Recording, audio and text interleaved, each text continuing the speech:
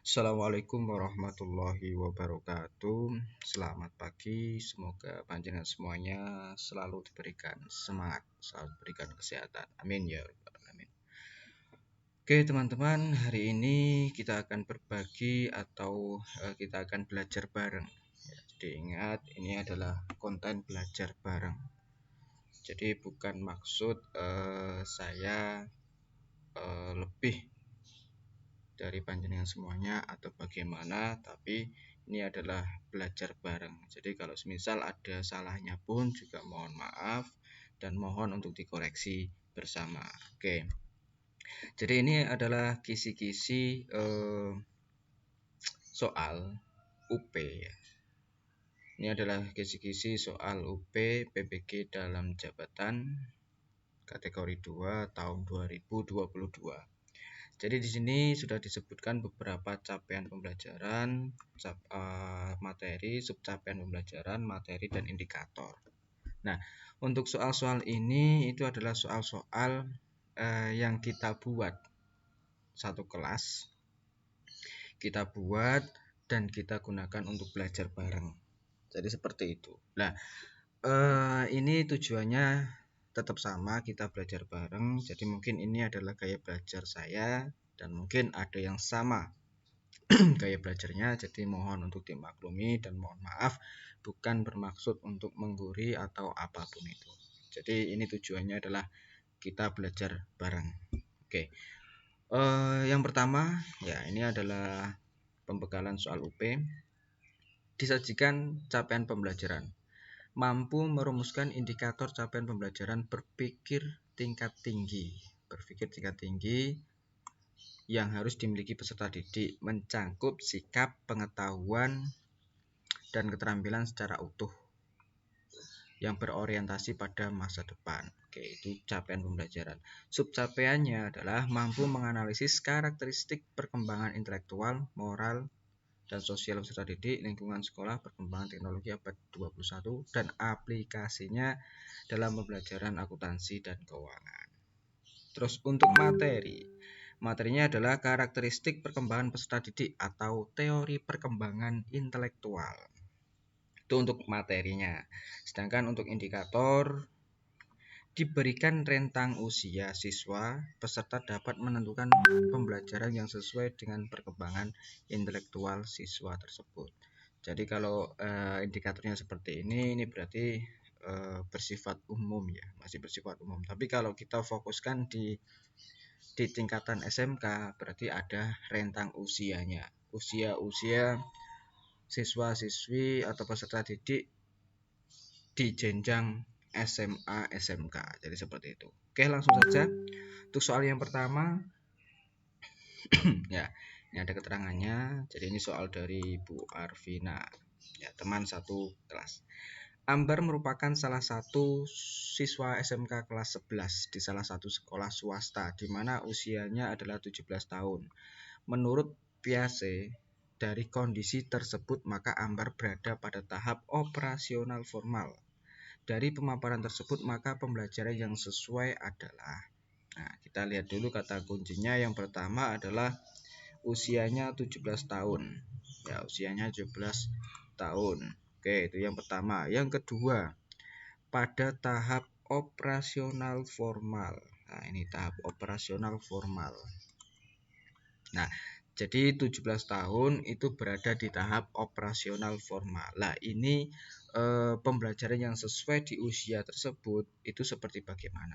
Oke, yang pertama, A. Pembelajaran menggunakan aktivitas siswa yang melibatkan keaktifan gerak tubuh. Oke, bukan ya, karena di usia 17 tahun.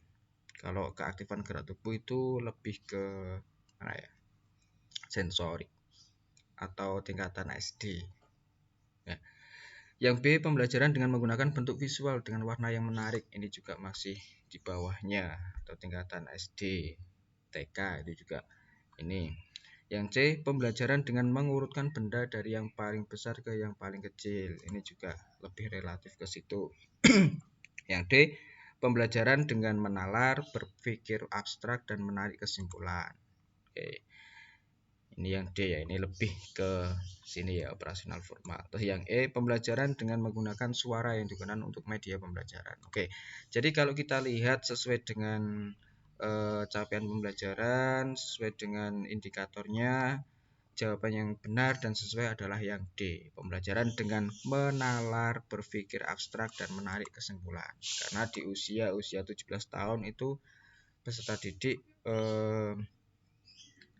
lebih ditekankan untuk menalar atau berpikir tingkat tinggi seperti ini ya. Ini ada kritis, kreatif, komunikatif, dan kolaboratif. Itu. Nah, ini berpikir tingkat tinggi. Jadi sesuai dengan capaian pembelajaran. Jadi jawabannya adalah D. Yang kedua, soal yang kedua. Menurut Piaget, tahap perkembangan intelektual siswa sekolah menengah termasuk ke dalam tahap ini sekolah menengah. Jadi ada tahapan-tahapannya. Oke. Pilihannya yang pertama A, sensorik motorik. Yang B, praoperasional. C, operasional konkret. D, operasional formal. Dan E, post konvensional. Jadi kalau kita urutkan sesuai dengan tahapan perkembangannya, yang pertama sensorik motorik itu berada di usia 0 sampai 2 tahun. Nah, 0 sampai 2 tahun itu sensorik motorik. Kalau yang B praoperasional itu antara 2 tahun sampai 6 tahun. Terus yang C operasional konkret itu 6 tahun sampai 12 tahun. Ini di sekolah SD ya. Nah, ini TK. Terus ini SD ya 6 tahun sampai 12 tahun itu SD. Terus operasional formal 12 tahun sampai 18 tahun. Ini SMP, SMA. Jadi jawabannya adalah yang D. SMP sampai SMA. Ini adalah tingkatan sekolah menengah. Oke, lanjut. Soal nomor 3 ya ini ya. Soal nomor 3. Mayoritas siswa SMK memiliki rentang usia 15 sampai 18 tahun, di mana mereka berada pada tahap operasional formal yang dianggap mampu menyusun hipotesis, menalar, mendeskripsikan hal yang abstrak, dan menceritakan hal umum ke khusus atau sebaliknya, agar belajar peserta didik bermakna. Maka kegiatan pembelajaran mencakup prinsip-prinsip berikut kecuali. Oke, jadi ini kata kuncinya adalah rentang usianya 15 sampai 18. Jadi ini di rentang operasional formal atau di tingkatan SMP SMA. Oke. Yang kecuali ya, ini kecuali. Jadi di rentang usia SMP SMA itu pembelajaran yang sesuai kecuali. Oke, yang A, peserta didik telah memiliki kemampuan berpikir tingkat tinggi. Oke, ini sesuai ya. Yang B, peserta didik aktif dan ikut terlibat dalam proses asimilasi dan akomodasi pengetahuan. Ini juga sudah sesuai. Yang C, peserta didik mampu menghubungkan pengetahuan yang dimiliki dengan informasi baru yang diterima. Ini juga sudah sesuai. Yang D, peserta didik memiliki kemampuan menghafal yang baik. Oke, ini ada menghafalnya. Jadi untuk menghafal itu bukan tahapan pembelajaran di usia 12 sampai 18 tahun atau 15 sampai 18 tahun. Jadi jawabannya adalah D.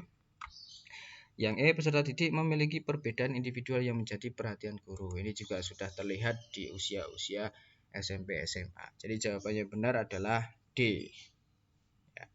Oke, lanjut. Nah, ini sudah ganti topik. Jadi kesimpulannya untuk materi yang pertama terkait dengan karakteristik perkembangan peserta didik atau teori perkembangan intelektual. Itu ada yang perlu kita garis bawahi, ada ada 4 ya. Untuk usia sensorik motorik itu usia antara 0 sampai 2 tahun, terus praoperasional itu usia 2 sampai 6 tahun, operasional konkret 6-12 tahun, dan operasional formal 12-18 tahun atau tingkatan SMP SMA. Oke, itu bahasan yang pertama.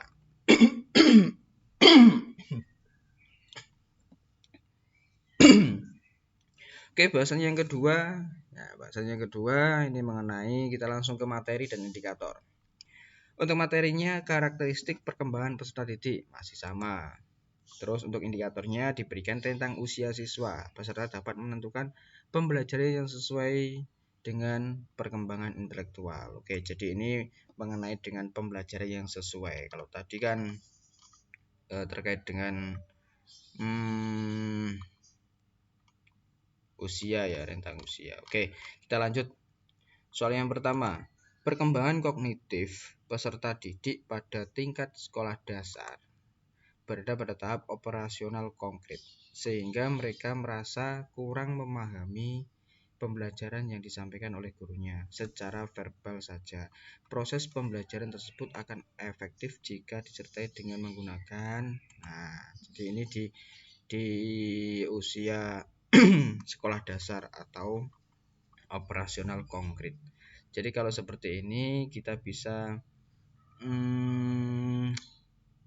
jawabannya adalah yang A, media gambar, B, media benda nyata, C, media cetak, D, media grafis, dan E, media poster.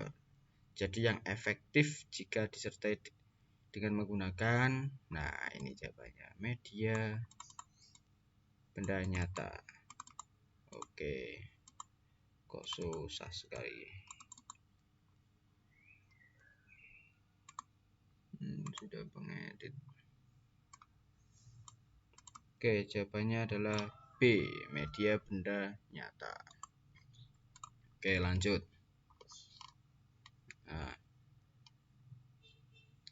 peserta didik dalam satu kelas memiliki beragam gaya belajar. Oke, ini sudah masuk ke bab selanjutnya ini, yaitu tentang teori gaya belajar. Jadi yang soalnya Bu Dia ini masih masuk materi yang pertama. Oke, jadi untuk materi yang kedua itu terkait dengan teori gaya belajar siswa. Jadi ini sudah ganti materi, yaitu materi teori gaya belajar siswa. Indikatornya diberikan data tentang gaya belajar siswa tanpa menyebut nama gaya belajar. Peserta dapat menentukan pembelajaran yang sesuai dengan gaya belajar siswa. Oke. Soal yang pertama, peserta didik dalam satu kelas memiliki beragam gaya belajar.